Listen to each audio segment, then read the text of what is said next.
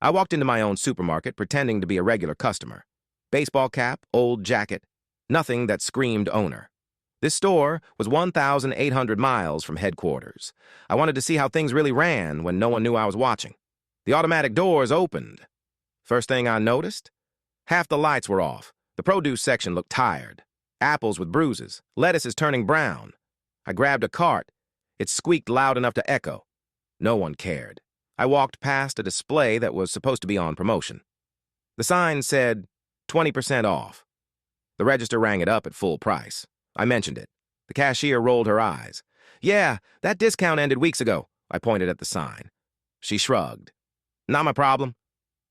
Music. My jaw tightened. This store reported record profits last quarter. I headed back to return an item I didn't need. The return desk was empty. I waited. 5 minutes, 10. Finally, a man in a pressed shirt walked out of an office. He stopped when he saw me. Really looked at me. Our eyes locked just for half a second. Then he smiled politely. "How can I help you, sir?" This was the senior manager, one of my first hires. He'd been with me since we had 3 stores. He didn't say my name, didn't react, just processed the return perfectly.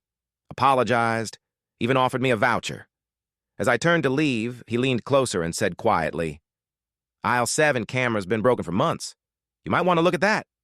I froze. He knew. I spent another hour shopping, watching. Employees gave free items to friends. A supervisor pocketed cash from a self-checkout fix. Everything I feared was happening. At closing time, the senior manager approached me again. "Sir," he said louder now, "we're closing." Then softer. "Office now." Inside, he locked the door and pulled up security footage on his computer. Not from today, for months. Employees stealing, fake refunds, inventory marked spoiled and resold out the back.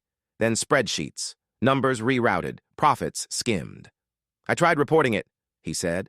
"The regional manager shut me down." He looked me straight in the eye. So I waited. "For what?" I asked. He slid a folder across the desk. Inside were documents with my signature, forged, approvals I never gave, accounts I never opened. The theft was being pinned on me. "They didn't recognize you today," he said, "but they will when the audit hits, and they'll say you knew."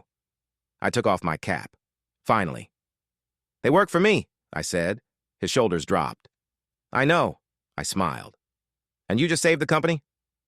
The next morning, corporate security and police walked in together. By noon, half the staff was gone. The regional manager was arrested by evening. I promoted the senior manager on the spot. As I left, the same cashier from earlier stared at me, pale.